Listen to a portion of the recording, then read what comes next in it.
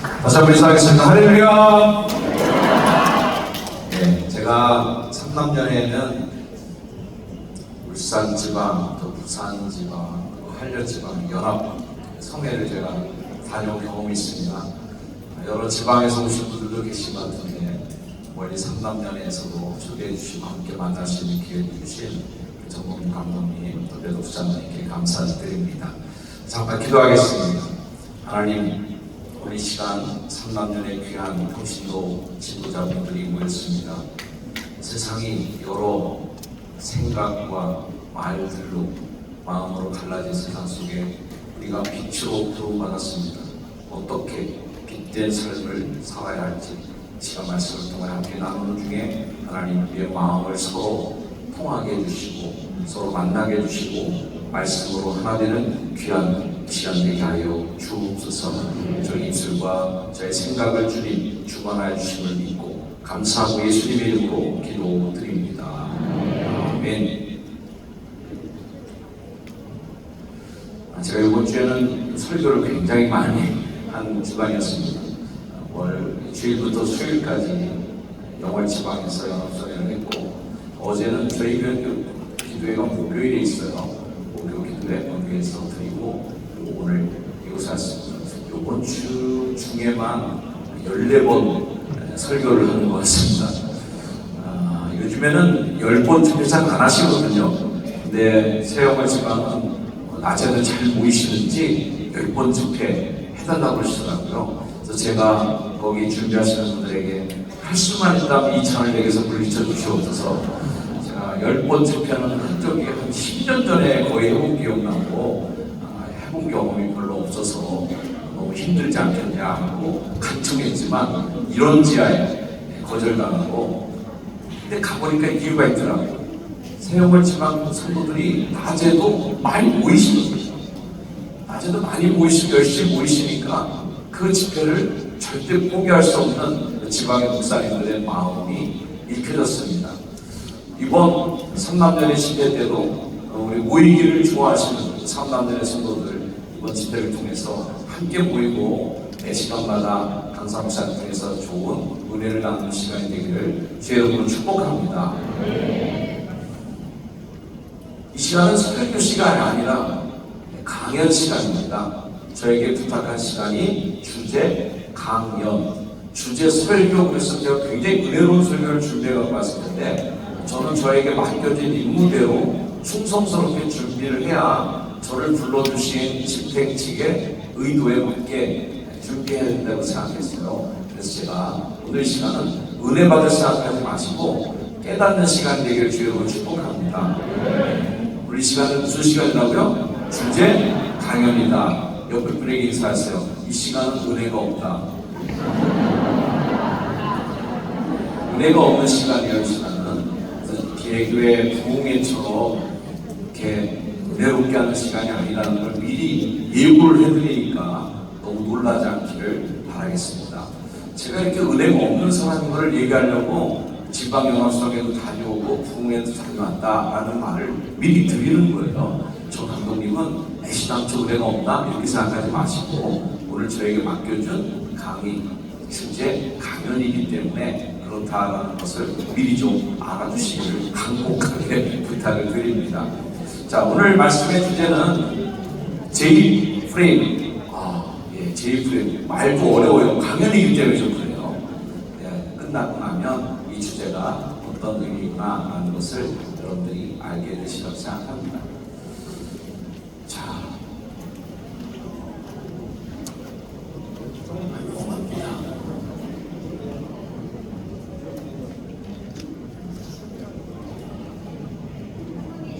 금방 연습할 때 넘어갔었거든요. 하나만 넘겨주세요. 모델 거의요? 네, 이 정도면 충분히 넘어갔는데 이쪽에서 해야 되겠네요. 제가. 자, J-프레임이라고 제가 글을 썼는데, 프레임이라고 하는 말이 뭘까? 이 용어부터 한번 말씀을 드릴게요. 프레임이라는 말의 뜻은 읽어볼까요? 시작. 틀, 뼈대, 고리나 판처럼 물건을 만드는데 돈이 되는 물건, 어떤 물건의 테두리나 얼개가 되는 물건, 일정한 격식이나 형식을 가리킬 때 프레임이라고 합니다. 이쪽에 계시고 제가 여기 가리킨다고 해서 이쪽 보지 마시고 저쪽을 보시면 됩니다. 굳이 원대 이쪽을 꼭 보실 필요는 없다는 거.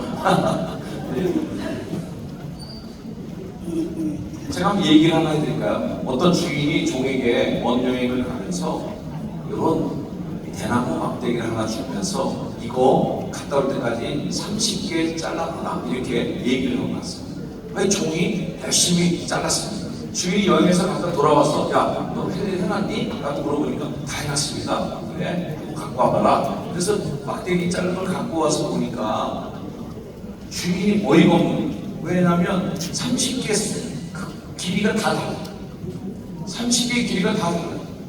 막 야단쳤습니다. 야, 너 이거 30개 똑같이 잘라서 이걸 써먹지. 이렇게 다 다르면 무슨 소리냐? 라고 하니까 그 종은 종대로 또 굉장히 억울한 거예요. 주인님, 무슨 말씀하십니까? 제가 주인님이 잘라 놓으라는 대로 그대로 잘랐습니다. 아니, 근데 왜 이렇게 크기가 달라? 어떻게 했는데? 라고 하니까 그 종이 주인에게 설명하는 거예요. 주인님이 중간 막대가 이겁니다. 그런데 이거를 딱 다음 막대기에다 대고 정확하게 선을 그어서 잘 넣고 첫 번째 막대기 여기다 두고 두 번째 막대기로 대고 세 번째 막대기를 자르고 두 번째 또 버리고 세 번째를 대고 네 번째를 자르고 이렇게 해서 자르기 시작한 거예요. 자, 그러면 맨 마지막에 30번째에 있는 나무대기는 첫 번째 것과 너무 다른 사이즈로 바뀌어 있는 거예요. 어떻게 해야 되겠어요? 항상 첫 번째 막대기를 대고 잘랐어야지. 그러면 첫 번째 막대기의 원판에서 그 크기에서 크게 달라지지 않고 계속 잘라졌을 텐데 항상 앞에 있는 게 맞는 줄 알고 거기다 대고 자르고 또 앞에 자르는 게 맞는 줄 알고 그 다음 걸 자르고 하다 보니 어느덧 30개까지 자르는 동안에 조금씩 달라진 게 맨 마지막 30번째 막대기에서는 첫 번째 주인이 주고 간 막대기랑은 전혀 다른 사이즈의 막대기가 되어 있더라라는 겁니다. 자, 이 얘기를 왜 먼저 이야기를 드리자면 우리 한국교회 한번 열어보십시다.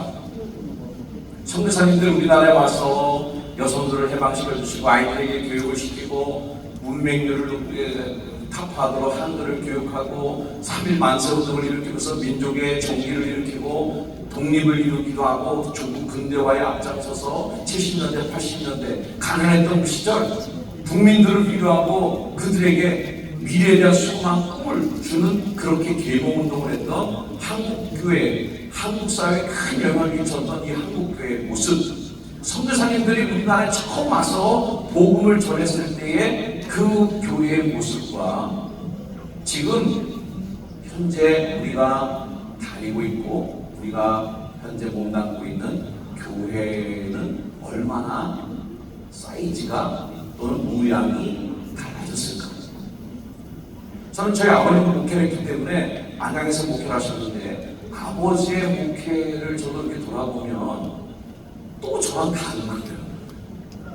저는 젊었을 때는 아버지 목회에 불만이 많이 있었습니다. 속으로 무슨 생각했는데 신학교 했는데 나는 나중에 목사님은 우리 아버지처럼 목회합니다. 뭐 이런 마음을 가졌어요. 근데 제가 이제 60이 넘고 교회에 목회하면서 제 아버님도 일찍 가셨어요. 은퇴하시고 몇 년 있다 바로 가셔서 제가 그분의 정말 긴 제 목회 이야기를 더 많이 못하는 게 굉장히 아쉬운데 제가 한참 성전을 건축할 때 우리 아버님은 교회를 3번이셨기 때문에 건축하는데 난제를 만날 때가 늘 말하셨어요. 아버지, 우리 아버지 살아계셨으면 내가 조언을 많이 들었습니다. 우리 아버지 살아계셨더라면 내가 훨씬 더 예배당 건축에 큰 좀 도움을 많이 받았을 텐데 하는 그 아쉬움을 가졌습니다. 30대, 40대 때는 우리 아버지처럼 목회 안 해? 라고 했고 제가 50대 정도 넘어가면 아버지만큼만 목회하면 좋겠다. 우리 아버님은 개척한 교회에서 30년 넘게 목회하시고 은퇴하셨어요. 한 교회에서 어떻게 설교를 계속할 수 있으셨을까 하는 것도 존경스럽고 이제는 저도 60이 넘어서 생각해보니까 제 기도 이제는 뭐냐면 우리 아버지처럼 하나 은퇴했으면 좋겠다. 너무 커 보이고 존경스러워 보이고 우리 아버지 시대에 목회했던 그 목회를 제가 비판하고 비난했지만 이제 와서 생각해볼 때 과연 그 원판, 그 프레임에 맞도록 내용들을 짤 수 있을까? 지금 이렇게 갈 수 있을까라고 하는 우려와 걱정을 하는 입장입니다. 어쨌든 이 프레임이라고 하는 말은 돈이 되는 물건이에요. 원판이에요. 이 프레임이라는 말을 여러 군데서도 쓰입니다. 사진을 찍을 때 각 사진 왁구라고 그러죠. 우리 일본말인지 모르겠습니다. 왁구가 프레임입니다. 또 차를 만들 때는 그 안에다 넣는 뼈대가 프레임입니다. 그래서 이 프레임이 그랜저하고 제네시스 프레임이 같은 프레임을 쓴다는 거예요. 이런 용도죠. 그래서 한 개의 프레임을 만들어서 사용하니까 예산도 절약되고 경비도 훨씬 절약되는 거예요. 그 위에다가 껍데기를 그랜저 씌우면 그랜저가 되고 거기다가 제네시스 껍데기를 씌우면 제네시스가 되고 이런 거죠. 그래서 얼개와 틀, 원판은 그 틀을 쓴다 할 때 프레임이 뭐냐라는 것을 얘기합니다. 그 다음에 프레임도 있어요. 이건 약간 소프트웨어적인 약간의 이론적인 프레임입니다. 정부에서 무슨 발표를 하면은 우리나라는 프레임이 쫙 빨라지죠. 자, 정부에서 만약에 초고득자들 수입이 고소득자들은 세금 많이 내겠습니다 라고 발표를 하면 한쪽에서는 대찬성이 그래 맞아. 왜 부자라고 해서 불이익을 봐야 돼? 부자들도 똑같이 취급해줘야 되고 부자가 열심히 돈 많이 버는 거에서 보장해줘야 되는 거 아닌가? 대기업이 잘 돼야 대한민국 잘 삽니다 라고 하는 이론이 나오는 적도 있고 또 한쪽은 또 뭐라고 해요? 아니 분배의 정의가 이루어져야지 돈 많이 버는 사람들 오히려 세금을 많이 매기고 그래서 그 부자들이 세금을 많이 내서 복지 쪽에 자꾸만 지원을 해줘야 골고루 잘 사는 나라가 되는 거지 부익부, 빈익빈 이렇게 자꾸 나가면 나라가 더 위험해집니다 라고 보는 또 반대 입장이 나오는 거예요. 그래서 어떤 사건 하나, 어떤 모양이 하나가 있는데 그것을 바라보는 관점과 시각이 전혀 다르게 나타나는 걸 요즘에 이제 프레임이라는 말을 합니다. 정치나 그런 데서도 요즘 많이 쓰이는 말이 뭐예요? 프레임 전쟁이다. 또는 프레임에 갇혔다. 프레임을 뒤집어 씌웠다. 라는 이야기를 서로 많이 하고 있는 시대가 요즘 시대입니다. 근데 이것이 뭐 정치나 사회 이런 데서만 쓰이는 것이 아니라 교회도 프레임에 의해서 갈라지고 있다라는 우려를 저는 하는 거예요. 이번에 이스라엘이나 이번 수련회의 주제가 뭡니까? 다시 복음, 다시 세상 속으로 빛이 되는 교회가 되자라고 하는데 오늘날 이 교회가 빛이 되기 위해서 해야 될 일이 첫 번째 뭐냐면은 하나됨을 이루는 것이에요. 할렐루야. 교회가 분열하는 것은 어쨌든 교회는 빛이 되기 위해서 분열하면 안 됩니다. 교회는 바깥의 공격으로 한 번도 무너진 적도 없고 바깥의 공격, 외부적인 공격으로 인해서 교회가 흔들리거나 뿌리째 뽑힌 적은 단 한 번도 없다고 합니다. 그리고 절대로 그렇게 되지도 않는다고 생각합니다. 단 교회가 흔들거리고 분열이 나고 했을 때는 뭐냐면 교회 내부의 분열, 교회 내부의 부족, 교회 내부에 썩는 게 교회를 무너뜨렸지 한 번도 바깥이 공격했어요. 외부에서 공격해서 교회가 무너진 적은 없다. 단언합니다. 그러므로 우리 교회가 정말 세상의 빛으로 거룩한 이 시대의 소명을 감당하기 위해서 우리가 먼저 해야 될 일은 뭐냐면 하나됨을 이루는 것이다. 할렐루야. 저는 감리교회가 자랑스러운 것 중에 하나는 하나를 이뤘다는 겁니다. 장로교회는요, 간판 장로교회, 대한예수교 장로회라고 간판을 걸어놔도 그게 어느 장로교회인지 알 수가 없습니다. 공공부에 등록된 장로교단만 해도 250개가 훨씬 넘는 교단이 있습니다. 그러니까 250교가 되는 교단이 있기 때문에 장로교 잘못 열고 들어갔다가 이거 큰일 날 수도 있습니다. 이거 영상으로 혹시 방송되면 듣는 장로교회도 굉장히 기분 나쁜데 어쨌든 우리 감리교회들끼리 모였습니다. 그러나 기독교 대한 감리교회는 어디 문을 열고 들어가도 다니엘 교단입니다. 할렐루야. 굉장히 자랑스러운 전통입니다. 감리교회는 하나다. 아멘. 따라서 감리교회는 하나입니다. 제가 어렸을 때 경험한 감리교회는 사경회가 여기는 저희 안양인데 안양이 그 당시에 수원에 엮여진 지방이었어요. 지금 수원하고 안양은 굉장히 먼 곳인데 어쨌든 그 수원에 있는 그 지방 이름으로 수원 지방인데 안양, 광명, 과천, 의왕 뭐 이런 데가 다 그 수원 지방이었습니다. 그래서 MIF 무슨 합창단 연습한다고 제가 안양에서 버스를 타고, 시외버스를 타고 수원에 있는 종로교회까지 합창 연습을 하러 다녔어요. 엄청나게 먼 일입니다. 덜컹덜컹하는 비포장도로 가고, 이몽리 딸기밭 지나가고, 한참 가면 그 수원 가고, 이렇게 해요. 사경회 가려면 어렸을 때 어머니 아버지 따라서 사경회 간 적도 있었습니다. 그 당시에 사경회는 정말 감리교인들끼리 모이는 가족 수련회 같은 느낌이었어요. 저는 어렸을 때니까 사경회 안에는 못 들어갔지만 바깥에서 보는 사경회. 제 어렸을 때 기억은 식사 때만 되면 사경회 가려면 교회마다 굉장히 넓었었는데, 넓은 교회마당에서 각 지방 각 교회들마다 밥솥 걸어놓고 장작해서 밥 짓는 거예요. 그러면은 그 교회가 정말 불난것처럼 연기가 자욱하게 올라오는 것이 장관이었습니다. 굉장히 기억이 나고요. 그리고 저는 이제 그 교회 목사님 아들이 저랑 또래였는데, 그게 약간 그 송산 쪽에 있는 교회였어요. 사교회가. 그 목사님 아들이랑 그 꼬맹이들을 몰려다니면서 포도 소리하러 다니고 걸렸어요. 포도는 소리하면 안 됩니다. 왜냐하면 너무 티가 나. 너 뭐하고 왔어? 딱 햇바닥 내밀어. 딱 햇바닥 내밀면 포도 먹으면 티가 확 나.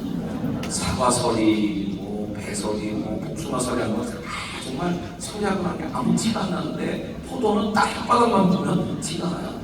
목사들이 도둑질하고 한다고 또 맞고 그랬습니다. 어쨌든 그때 당시 제가 느꼈던 감리교회는 한 가족이 같이 밥을 해먹으면서 만나는, 낮에는 교회마다 배구 시합하면서 배구대가 열리고, 저녁 때는 밤을 새서 사명을 집회하고 그리고 기도하는 모습. 우리 장로님들 연세가 높으시고 옛날 모습 기억하시는 분들 기억할 겁니다. 전에는 감리교회는 부흥회하면 다 맛이 났습니다. 제 기억에도 제 아버님 교회 건축할 때 지방에 있는 다른 감리교회가 다 건축을 보내주셨습니다. 이기적이지 않았습니다. 내 교회만 잘 되자고 하지 않았습니다. 한 가족이고 한 식구 같은 그런 모습들이 제가 알고 있는 감리교회였습니다. 저는 감독 역임할 때 제 감독의 표어가 뭐였냐면, 따라서 I am Methodist. I am Methodist. 난 여기에 굉장히 긍지를 느껴요. 저는 감리교 목사인 것에서 너무 긍지를 느끼고, 우리 아버지 감리교 목사, 나도 감리교 목사, 우리 아들도 감리교 목사, 3대째 감리교 목사고요. 저희 사촌 감리교 목사, 저희 조카도 다 싹 감리교 목사. 뭐 하여튼 집안에 모이면 목사님만 13명이 넘는데, 그렇게 13명 정도가 집안에 모이다 보니까 추석이나 설날 때 가정 예배 봐야 되잖아요. 가정 예배 보는데 아주 힘듭니다. 목사님 딱 한 명이면 아무 문제가 없어요. 자동으로 딱 하시면 되는데, 저희 큰 매부도 목사, 작은 매부도 목사, 소리 목사, 아버지 목사, 이러니까 서로 안 하려고 그래. 서로 안 하려고. 어쨌든 감리교에 대한 긍지가 제가 참 넘칩니다. 제가 아는 감리교회는 무슨 감리교회냐면 하나됨을 이루는 식구 같은 감리교회였다. 아멘. 장로교회는 분열이 많고 흩어졌는데, 감리교회는 꾸준히 하나됨을 이루어왔지만,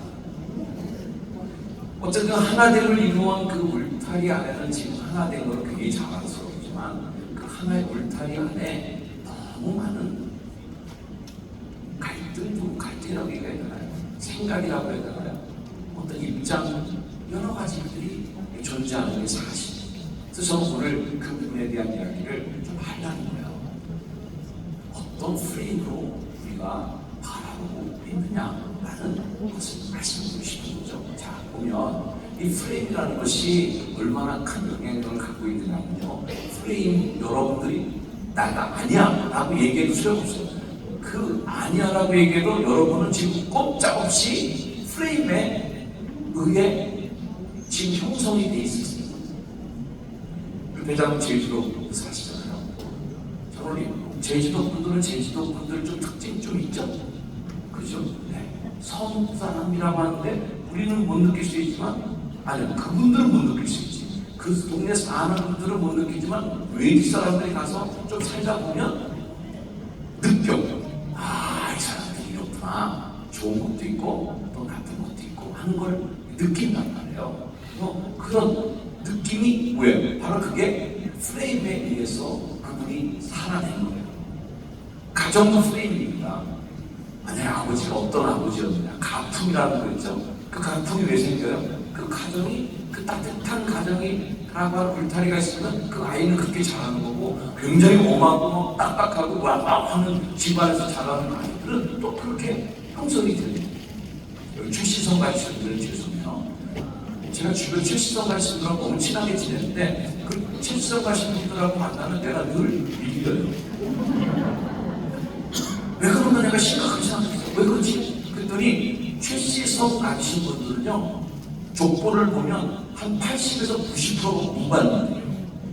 장군들 출신이란 말이죠. 무관 출신이 많고, 최영 장군, 최용성도 장군, 하여튼 그 강성이 있는 거예요. 근데 저희 조상님 분이라면 연일정 시대가 포원공파인데, 포원 정몽주의 후손이에요.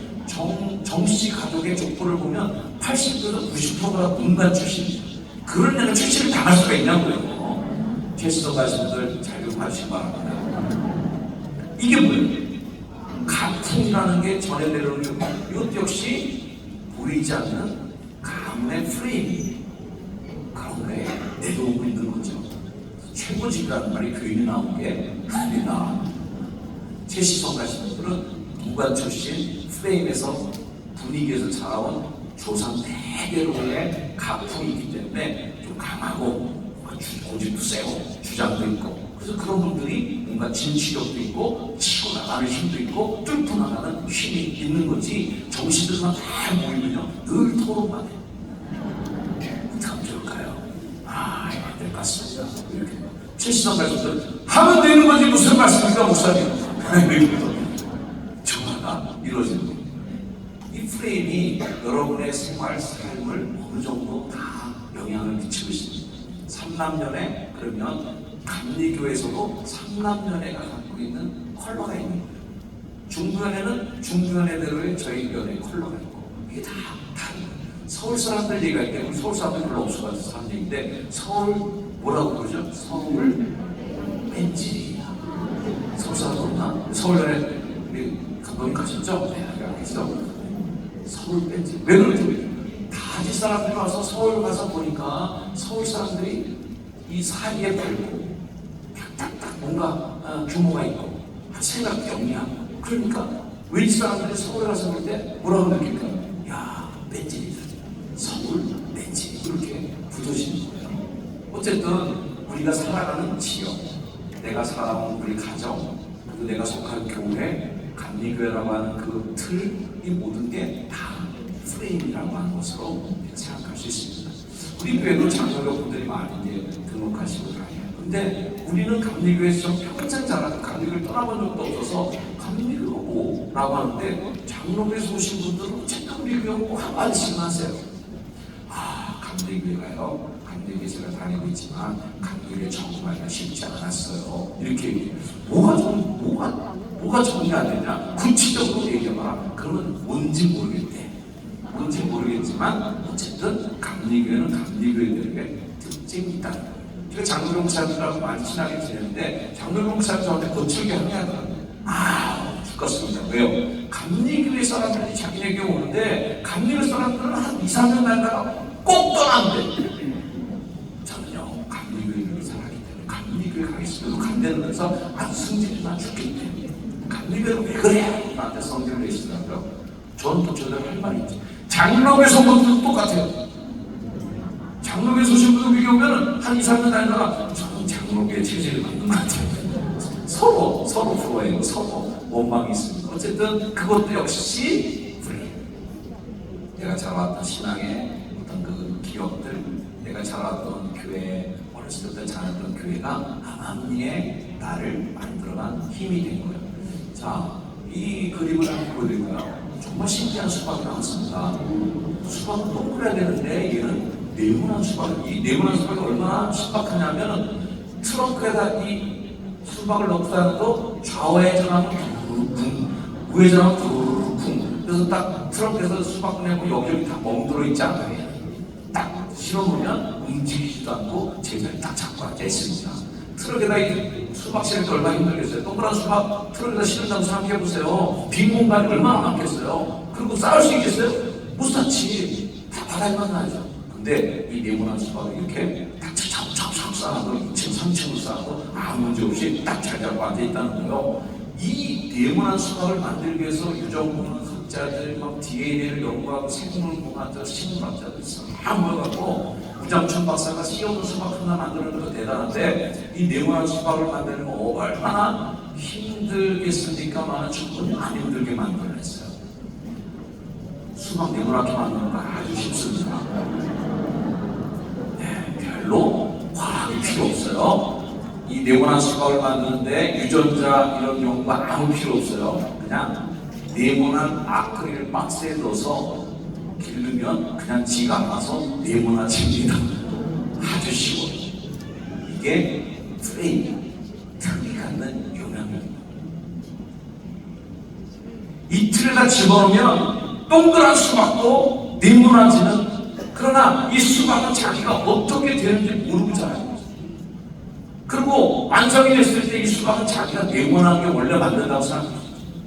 아, 수박은 원래 네모나게 태어나야 되는구나. 나는 네모난 존재였어. 그럼 어느 날 동그란 수박을 보면 너무 놀라겠죠. 쟤는 왜 저래? 귀여운가? 아니 수박이 동그랗게 나오지 좀 이상한 거 아니야 저거? 이렇게 자기의 틀에서 자란 자신의 형질이 된 걸 갖고 남을 판단하기 시작하고 남을 딱하게 보기 시작하는 게 이 프레임이 갖는 굉장히 위험한 영향입니다. 특히 신앙인들은 이 프레임에 갇히기가 아주 쉽습니다. 왜? 신앙이라는 것은, 신앙이라는 건 어느 정도 나에 대한 철학, 나에 대한 고집, 내가 경험한 하나님에 대한 고백이 있는 거예요. 제가 성남이라는 곳에 처음 교회를 개척했습니다. 제가 한 해나 지났을까 그런데 그때 당시 다미성교회가 갑자기 유행하기 시작했어요. 다미성교회가 뭐예요? 다가올 미래를 준비하라. 그래서 그 이장님이라고 하는 목사가 중학교 어떤 애가 예언 들은 걸 갖다 그걸 적어서 책을 하나 냈더니 그게 시한부 종말하는 데서 온 교회가 난리가 났습니다. 굉장히 한국 교회를 흔들어냈던 이단이 시한부 종말론이었어요. 다가올 주면 저는 신학교 나오고 목사들이고 목회도 하고 있는데 제가 그 다미선교에서 보내온 찌라시 이런 거 보지도 않고 쓰레기통을 갖다 집어넣었습니다. 그런데 한두 번 오는 게 아니고 세 번, 네 번, 다섯 번 계속 책과 테이프와 찌라시와 그러면서 거기 쓰이는 거 버릴 때 그냥 보지도 않고 버리다가 한 번 쓱 보는 거죠. 쓱 보니까 이런 8며칠 예수님이 재림하시는 것을 만일 목사들이 교인들한테 똑바로 얘기해 주지 않으면 이거 나중에 목사님들은 지옥도 보통 지옥이 아니라 더 센 지옥에 들어갑니다 하고 계속 목사들한테 협박으로 찌라시가 오고 편지도 난리가 났어요. 한두 번 그냥 버리다가 두세 번 보다 보니까 역시 들으면서 믿음이 나오더라고요. 제 마음에 믿음이 생기기 시작했어요. 야 이러다 이거 오늘 어떡하지? 이러다 진짜 오다 큰일 나겠다 이거. 그 전에 한국교회가 이 이단들이 잘 양성될 수 있도록 좀 그런 물을 만들어냈어요. 그래서 휴거라는 영화 엄청나게 상영했고요. 불타는 지옥이라고 하는 영화 엄청나게 상영하면서 근본주의자들이 만들어낸 그런 아주 이상한 영상들을 교회에서 다 보면서 이미 휴거, 그 다음에 시한부 종말론, 지옥에 대한 공포 이런 것들이 이미 다 교인들이 싹 준비 작업이 된 상태에서 이장님이가 딱 그렇게 던지니까 뻥 터진 거거든요. 이런 걱정이 있는 참에 제가 이제 성남에서 목회하고 있는 중에 저희 어머니를 이제 집에 한번 간 적이 있어요. 자, 집에 가서 살짝 지나가면서 어머니에게 물어봤습니다. 엄마, 저는 전도사 우리 어머니는 사모지만 우리 어머니는 뭐 배운 것도 없으시고 그렇지만 기도 하나는 정말 기도의 어머니십니다. 제가 이제 궁금하니까 슬쩍 물어보고 엄마 이번에 몇월 며칠날 예수님 오신다는데 그날 오실까? 살짝 입어보고 제가 감을 봤는데 저희 어머니가 조금 고민하고 얘기하시면 괜찮은데 1초도 망설이지 않고 그날 안 오신다 딱 그러시는 거예요. 그런데 반항심리인 걸 아시죠? 그런 거 있잖아요. 이게 정말 그래요? 누가 이렇게 확정적으로 얘기하면 괜히 신비로우고 싶은 생기는 거 그 있잖아요. 이렇게. 그래서 제가 엄마한테 딱 항의한 거예요. 엄마, 그러다 오면 어떡할까요? 책임지가 엄마 그거 어떻게 하시네? 그랬더니 저희 어머니가 두 번째, 절대 그날 안 하신다. 또 간단하게 대답하신 거예요. 그래서 제가 이제 또 시비가 붙었습니다. 엄마, 그때 진짜 안 하시고 어떻게 엄마가 확신해? 라고 재차 물으니까 저희 어머니가 하시는 말씀이 예수님은 도적같이 오시다. 도적같이 오시고 그날과 그 시는 이 지구상에 사는 어떤 인간도 절대로 알 수가 없게 오실 거다. 그런데 그 이장님 그 사람이 뭐 중학생 어떤 애가 막 꿈하고 뭐 게시받아 갖고 그거 썼다 그랬잖아요. 그래서 날과 시와 연수를 딱 알아맞히거든요. 우리 어머니도 그걸 아시죠? 아무도 모르게 도둑같이 오시겠지만 만약에 이 지구에 사는 인간에게 누군가에게 딱 한 명이라도 나 며칠 몇 시에 갑니다. 재림합니다. 라고 말했더라면 나한테 얘기 안 하셨습니다. 이게 저희 어머니의 믿음이셨어요. 전 너무 부끄러웠어요. 평생 믿음 생활하고 신학교 가고 졸업해서 목회하고 있는 전도사인데 그런 전도사도 하나님에 대한 그 개인적인 믿음이 부족한 거예요. 하나님 나 버리면 어떡하지? 뭐 이런 불안감들도 있고 혹시라도 뭐 그때 하고 싶으면 어떡하지? 나한테 얘기도 안 하고 이런 그 마음. 저희 어머니는 그 믿음이 어떤 믿음이냐면 확고한 하나님과 나와의 비밀의 믿음을 갖고 계신 거예요. 그러니 한 명 한 차만 얘기하면 나한테도 얘기하시고 이런 확고한 믿음의 마음이 저희 어머니에게 있을 겁니다. 여러분들에게도 그런 믿음이 있기를 주여 축원합니다. 어쨌든 이 프레임이라고 하는 곳에 사로잡힌 이 수박이 네모나지도 그리고 남을 인정해 주지 못하고 그렇게 되는 이 모습을 예시를 들면서 자 다음 단어를 보면 앵글이라는 단어도 있습니다. 앵글이라는 단어는 화각이라고 하는 단어인데요. 제가 만약에 여기 오신 여러분들을 한번 사진을 찍는다고 하면 사진 한번 찍어볼게요. 이렇게 해서 진짜 찍는 거니까 웃음을 좀 잘 주세요. 나 여기 갔다 왔다고 장난하는 좀 사진 찍을게요. 자 하나 둘 셋 찍었습니다. 다시 하나 찍겠습니다. 자 하나 둘 셋. 자 제가 여기 분을 찍었어요. 찍고 제가 페이스북에다가 3남년에 통신도 수련회 다녀왔습니다. 그리고 글을 올리면요. 자 여기 계신 분들은 죄송하지만 3남년에 요번 수련회 안 오신 거예요. 왜? 앵글에 안 들어왔잖아요. 화각 속에 들어오지 못했어요. 내가 여기만 찍었어요. 이게 앵글이고 화각이에요. 즉 내가 보고 내가 그 안에다 틀에다 집어넣는 것만 내 거예요. 내가 찍은 거죠. 이쪽을 찍었으면 이쪽 분은 안 나왔겠죠. 이게 앵글이라고 하는 건 화각이 주는 각도예요. 그래서 사진 렌즈로 촬영하시는 범위, 각도인데 이것을 또 아까 프레임이랑 비슷한 관점으로 이 단어를 해석하면 사물을 보는 관점이에요. 여러분들은 사물을 어떤 관점, 어디에 포인트를 두고 어디 부분을 더 확대해서 사진을 찍으십니까? 그게 바로 내가 관심 있는 거예요. 요즘은 뭐 어르신들이나 어느 분들도 사진 찍는 거 다 고수입니다. 게다가 또 지우고 자르는 법을 다 아세요. 자, 여러분 누구를 딱 찍었어. 확 찍었는데 너무 넓게 찍는데 거기에 내가 비기 싫은 사람으로 찍혀있어. 다 한번 뭐 아시죠 여러분들? 일단 사진을 쫙 늘려.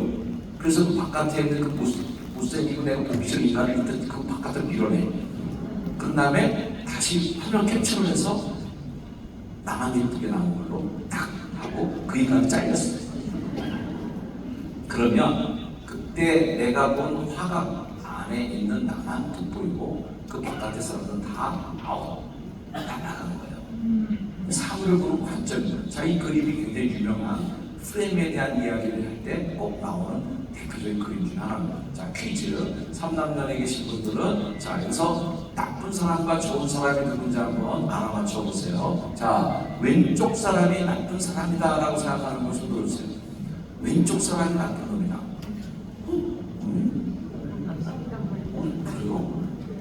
딱 보면 안 놈인데 이거 내주세요. 그러면 오른쪽 사람이 나쁜 놈이라고 생각하시면 되세요. 그래서 본 사람은 있는가 보다. 그리고 이거 뻔하고 물어보겠다 강사가 안 속는다 안 속아. 내가 반대로 나가다 거꾸로 간다 하고 어긋장으로 가시는 분들도 계실 거예요. 자, 이게 텔레비 화면에 나온 이 장면인데 이 텔레비 화면을 찍는 전체의 모습을 한번 보여드리면 이런 모습이었어요.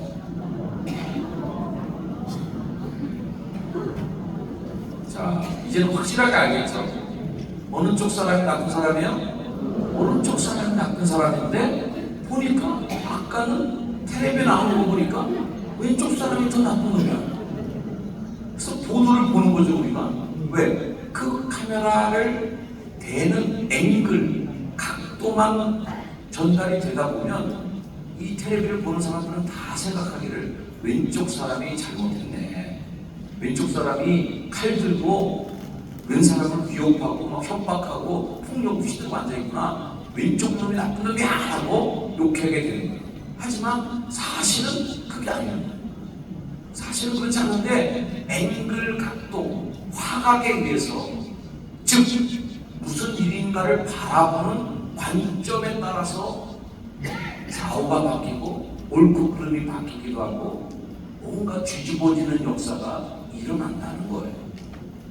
자, 이런 일들이 오늘날 우리를 혼동시키고 우리 사회를 발전시키기도 하는 것들도 나오고 요즘 뭐 유행하는 말 많잖아요. 가짜뉴스. 이게 뭐예요? 가짜뉴스가 요것만 보여주는 게 가짜뉴스죠. 그래서 이런 나쁜 아이가 얘기하는 다 가짜뉴스를 믿게 돼 있어요.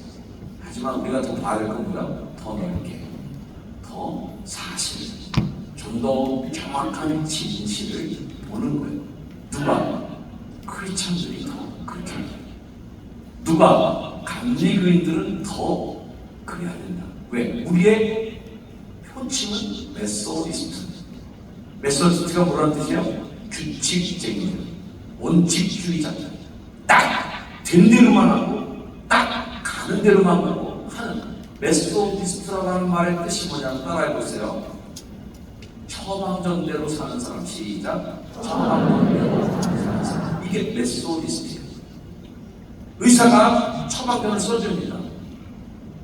밥 먹으라고 30분 후에 물을 많이 드셔야 되고 뭐 이렇게 하고 무슨 부작용이 날 때 절대 드지 마시고 이런 일이 있을 때만 드세요 라고 처방전을 줬어요. 자, 여러분 처방전대로 안 먹으면 어떻게 될까요? 큰일 납니다. 약이 독이 됩니다. 복음을 처방전대로 안 쓰면 어떻게 될까요? 복음이 칼이 되기도 합니다. 어떤 배우는 책을 쓰면서 꽃으로도 때리지 말라 이렇게 책 이름을 썼습니다만 예수님은 사랑하라는 복음을 전해주셨고 예수님은 수고하고 구원된다 내가 쉬게 해줄게 라고 하는 사랑의 말씀을 주시기도 하고 하나님 사랑이 저를 사랑하는 독생자를 주셨으니 누구든지 저를 믿는 자마다 멸망하지 않고 누구든지 다 구원으로 내가 살려낼 거야 라고 하는 예수 그리스도의 비전을 말씀해 주셨는데 그 처방전대로 믿지 않는 사람이 있는 거죠. 메소디스트인데도 메소디스트가 아닌 거예요. 제가 우리 감리교회 총장님이셨던 김진두 총장님의 이야기 한번 들은 게 마음에 기억이 납니다. 이분이 영국에 유학 가셨는데 영국 유학 가면 이제 영국사에서 뭐 차 없으면 안 되잖아요. 근데 각국 가는데 너무 없어갖고 차를 사러 그 자기가 새 들어있는 집에 주인하고 같이 그 차를 사러 갔답니다. 그 아저씨가 그래도 믿음직스러우니까 갔더니 자동차 판매장한테 가서 그거 고르는. 근데 자기가 딱 마음에 드는 차 하나 있는데 자기가 갖고 온 돈이랑 그거랑은 너무 안 맞는 거예요. 그래서 물쭉물쭉하고 곤란한 표정을 지으니까 그 집 주인이 중간에 나서주더라고요. 그러더니 사장님한테 뭐라고 했는데 그 사장님이 그 돈만 일단 내고 그 차 가지고 가라는 거예요. 그래서 뭐라고 얘기했냐고 막 그 들어보니까 이분이 이제 자기네 집에 세례를 들어왔으니까 알 거 아니에요. 이분은 한국에서 감리교 목사인데 감리교 목사이고 감리교 이제 공부를 하기 위해서 여기 유학원 그렇지 유학생이다 이렇게 설명을 해주니까 그 자동차를 판매하는 사장님이 아무 증서 없이 아무런 조건이나 이런 거 없이 감리교 목사님이라면 그냥 있는 돈 내놓고 가져가고 나중에 돈 생기면 주라고 해라 하고 주더라고요. 그래서 이분이 하신 얘기 뭐냐면 영국이라고 하는 그 사회 속에서 메소디스트 감리교인이라는 분들이 갖고 있는 위상 그걸 아주 실감했다는 거예요. 감리교인 그러면 메소디스트니까 처방전대로 사는 사람이고 딱 규칙대로 하는 사람들이니까 믿어줬다는 거예요. 저도 어렸을 때 제 어머니 아버님이 목회하시는 중에 두런두런 나눴던 기억에 남는 말이 하나 있어요. 감리교 속장은 차용증서 없어도 돈 빌립니다. 이 얘기를 어머니 아버님이 하셨던 기억이 나요. 감리교 속장은 차용증 안 쓰고 돈 빌립니다. 그게 뭐예요? 메소디스트입니다. 감리교인은 정직합니다. 감리교인은 처방전에 어긋나는 일을 하지 않으니까. 이게 감리교인이고 이게 감리교의 금지예요. 처방전대로 사는 사람. 옆에 분에게 인사해주세요. 처방전대로 안 살면 죽는다. 처방전대로 안 살면 그거 죽는 겁니다.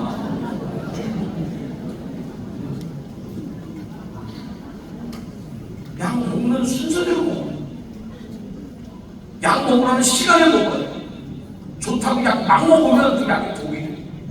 딱 처방전대로 원칙적으로 법을 지키고 그래서 우리 감리교는 법을 잘 지키고 의회제도가 잘 돼 있고 그 법령에 맞추어서 낙취 없이 딱딱 살아가는 게 우리의 감리교의 자랑이고 우리의 전통이었다는 거예요.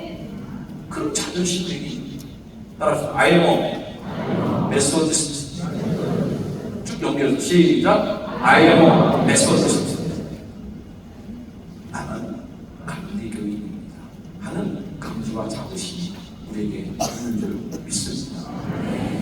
우리는 항상 사실을 똑바로 진리를 하고 어떤 것이 옳고 그른지를 정확하게 보고 알아야 되는데 문제는 프레임이 문제인 거예요. 프레임에 씌워지면 이렇게 보게 돼요.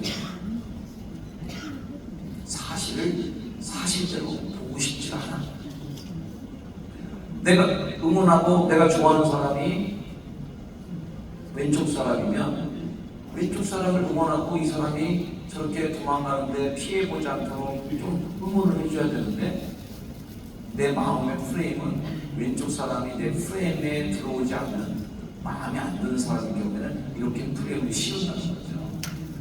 나쁜 사람 만들어버리자 우리 저 사람은 아닌 걸로 제껴버리자 라든지 하는 걸로 외국에게 상황을 만들어가는 그 힘, 그 몰입하고 프레임의 힘인 것입니다.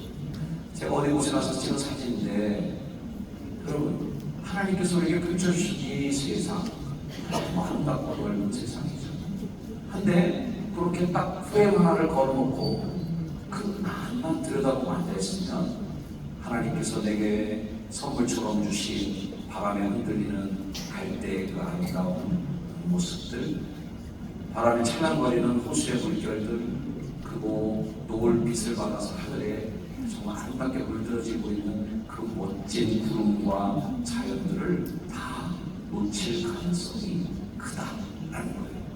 제가 오늘 이야기를 듣다 보니까 그런 옛날에 어린 시절에 읽었던 글 중에 재미난 글이 있었습니다. 어떤 사람이 길을 가다가 돈을 주었대요.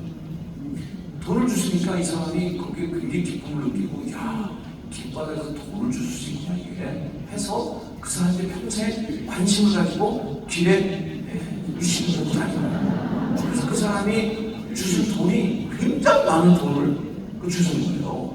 여러분 길바닥 다니면서 돈도 못 주고 따라다니는데 그 사람은 노력해서 그래도 돈을 주게 되는 뭔가 열매를 얻게 됐는데 문제는 그 그 뒤에 얘기가 이렇게 써있는 거죠.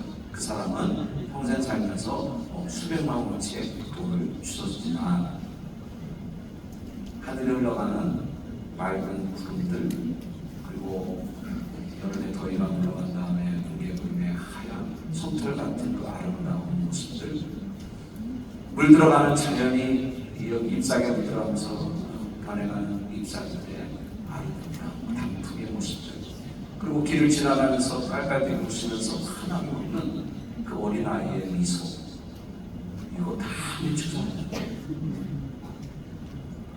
그거 다 자신의 인생에서 주시는 몇백만 원 돈, 아무것도 아닌 훌륭한 그 선물을 다 놓쳐버린 채 그거 보고 살아가고 있다.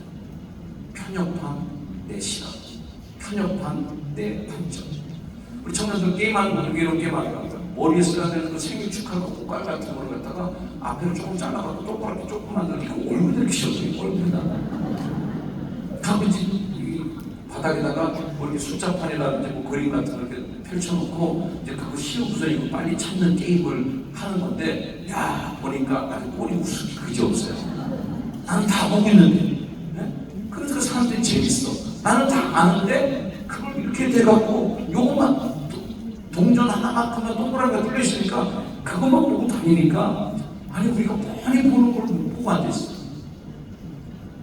그게 뭐예요? 내 그 화각이, 내 화각, 내 앵글 각도가 이렇게 좁아져 있으니까. 그러니 그 모든 걸 다 보고 빨리 찾아내고 빨리 판단하고 빨리 결정하기가 힘든 거예요. 왜 우리가 살아가면서 갈등이 많아지고 있습니까? 살면 살수록 가슴이 넓어지고 시야각이 넓어지고 더 풍성한 가슴이 있어야 되는데 어떻게 된 일인지 잘못 살아가게 되면 속은 점점 더 좁아지고 시야각이 점점 더 좁아지고 각도는 점점 더 좁아져서 보는 한계가 너무 좁아지게 되는 거예요. 그래서 교회에서 제가 제일 듣기 싫은 말이 뭐냐면 제 생각에는요 이거예요.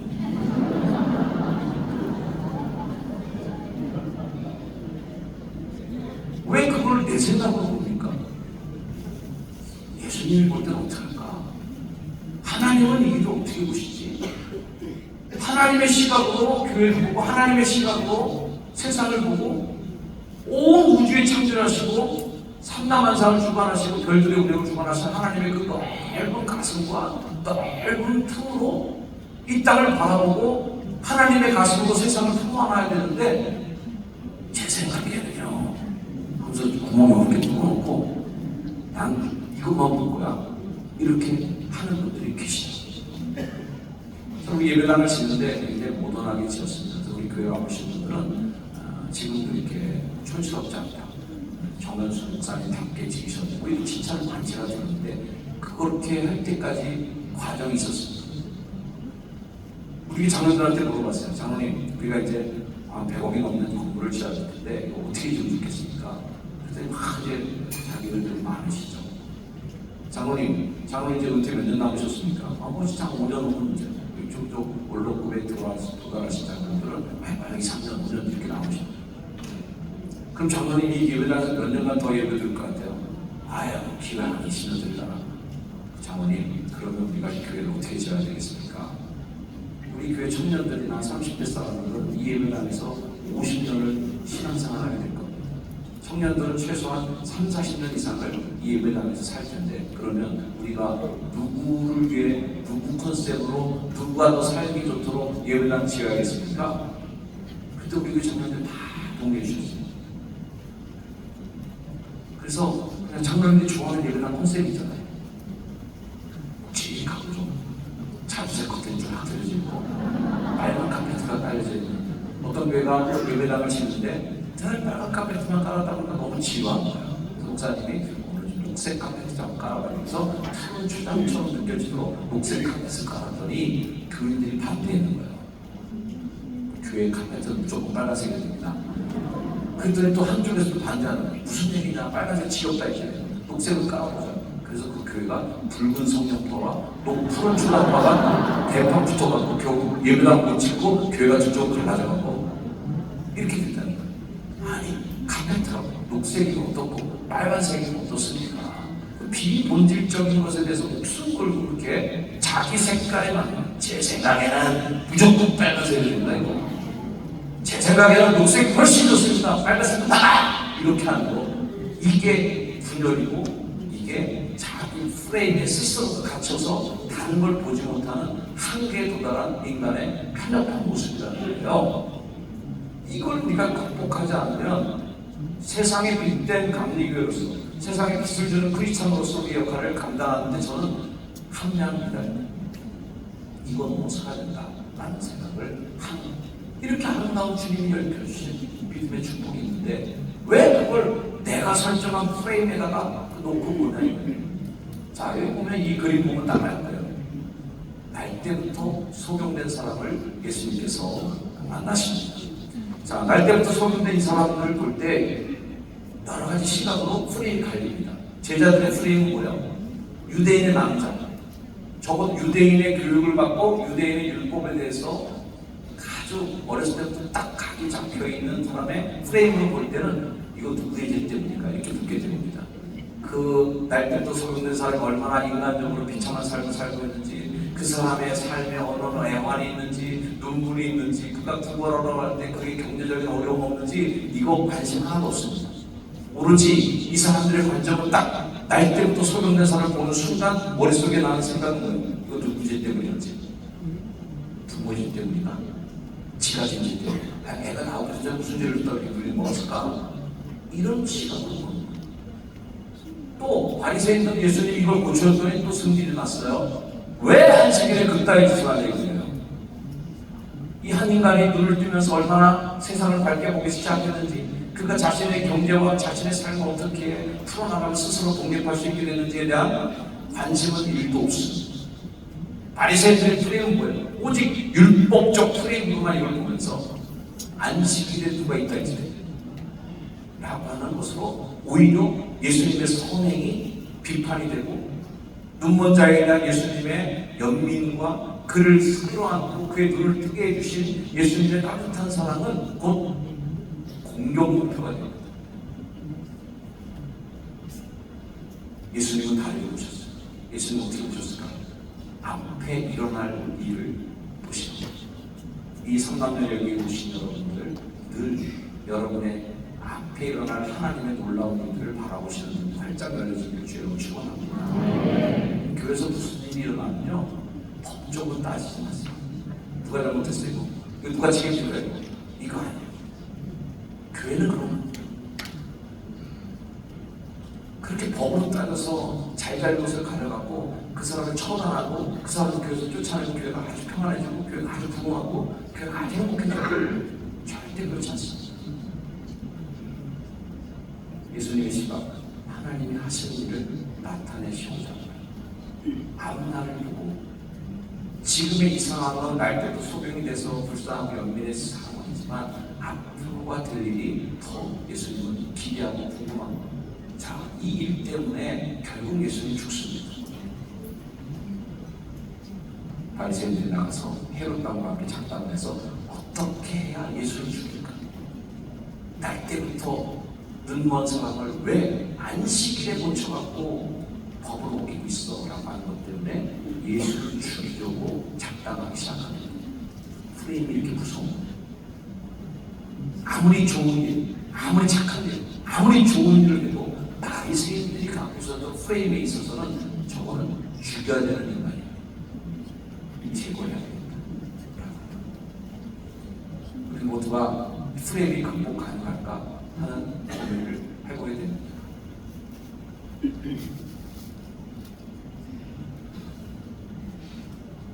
거룩한 언약을 포기해야 될까? 하나님은 우리를 한 공동체로, 한 가족 식구로 불러주셨습니다. 저는 이 거룩한 하나님을 절대 포기하면 안 됩니다. 우리 감리교는 하나이고, 우리 크리스찬들도 하나이고, 주의 성찬과 피를 나누고 살을 나누는 공동체의 모든 주님의 식구들이 감리교회 신앙 고백에 있는 것처럼 하나님의 뜻대로 살아가는 모든 이들과 한 형제됨을 이루는 그 포용력을 갖고 있는 우리 감리교회의 마음이죠. 자, 그래서 이런 프레임에 대한 갈등을 어떻게 해결책을 할까? 솔루션이 뭐냐? 할 때 저는 지저스 프레임이라는 솔루션을 여러분이 답으로 내려고 합니다. 자, 이 말씀을 읽어볼까? 시작! 그리스도 예수의 사랑은 육체와 함께 그 정욕과 정식을 십자가에 못 박아 몇백 번에 가면 얘기해 주세요. 뭔 죽었다. 시작! 이것도 편히 죽었다. 이러면 싸우자는 거고요. 뭔 죽었다. 우린 죽은 사람들이에요. 아멘? 우리는 예수 그리스도 십자가에 함께 죽은 사람들이에요. 또 읽어봅니다. 시작! 내가 그리스도와 함께 십자가에 못 박혔나니 그런즉 이제는 내가 사는 것이 아니요 오직 내 안에 그리스도가 사는 것이다. 유성 목사님 말씀하시면서 나는 죽고 예수로 사는 사람이 우리들인 거예요. 예수님께서 말씀하셨죠. 나의 제자가 되고 싶어? 그럼 어떻게 해야 된다고요? 자기를 부인하고 나를 쫓아가겠어. 자기를 부인한다는 게 뭐예요? 네가 설정한 너의 프레임을 삭제하고 났다. 예수님이 제자였지만 예수님의 프레임으로 자기가 동화되지 않고 내 프레임으로 예수님을 계속 바라본 제자가 한 명 있었어요. 누구였을까요? 내 프레임에 예수님이 안 들어오는 거예요. 내 프레임에 예수님이 맞지 않는 거예요. 어떻게 해요? 예수 죽이자구나. 누가 이 시대에 가로등을 될까요? 예수 그리스도의 프레임을 따르지 않고 내 프레임으로 예수를 가두려는 사람이 가로등가 된다고 생각합니다. 성경에 보면 수건이 벗겨지지 않고 고린도 교회가 구약을 읽을 때 수건 덮어쓰고 계속 구약 성서를 읽던 그 시절이 있었습니다. 왜 이 수건이 벗겨지지 않고 있을까? 그들의 마음이 완고하여 라고 표현합니다. 완고하면 그 고집을 계속 피웁니다. 언제부터? 모세가 율법을 받아서 내려온 그때부터 고린도 교회가 세워질 때까지 아직도 수건 뒤집어 쓰고 있어요. 왜? 모세가 얼굴이 너무 환해서 눈부시니까 수건 뒤집어 쓰고 율법을 강행한 것을 지금도 지키고 있어요. 근데 고린도 교회에서 율법책을 읽고 있는 그 사람의 얼굴은 빛이 날 거 아니에요? 안 나죠. 안 나는데도 불구하고 완고하죠. 고집치니까 옛날에 했던 거 그대로 해야 돼요. 전에 했던 거 그대로 해야 돼요. 수건 벗었다 큰일 나. 수건 벗으니까 완전 죄 짓는 거야. 교회에서 방출이야 하는 완고함으로 지금도 수건이 벗겨지지 않고 있다는 거예요. 읽어봅니다. 시작! 그 수건은 그리스도 안에서 없어져요. 그리스도 예수 안에서 그 프레임은 삭제가 돼요. 다시 읽습니다. 시작! 주는 계시니 주는 계시니세 자유가 있느니라. 아멘. 해답은 뭐예요? 주께로 돌아가는 지저스 프레임. 예수의 시간, 예수의 가슴, 예수의 눈으로, 예수님의 판단으로 세상을 보시고 교회를 바라보시고 이 땅에서 예수의 제자로 살아가시는 삼남단의 성도들 다 주의 이름으로 축복합니다. 기도하겠습니다. 주님, 세상이 혼탁하고 어지럽습니다. 갈등이 많습니다. 여당, 야당 싸우고 남과 북 싸우고 감리교회, 장로교회 서로 교단끼리 갈등하고 감리교 안에도 학교 출신에 따라 또 갈등이 있고 감독 선거에 따라서 이런 갈등 저런 갈등이 또 벌어지는 자꾸만 프레임이 갈라지고 나누어지는 세상 속에서 살고 있습니다. 하나님, 이 모든 프레임들을 예수의 제자가 되기 위하여 삭제하고 주를 따라가는 우리 모두가 되도록 축복해 주셔서 예수의 시각으로 보게 하시고 예수의 가슴으로 세상을 끌어안는 감리교인 되게 하옵소서.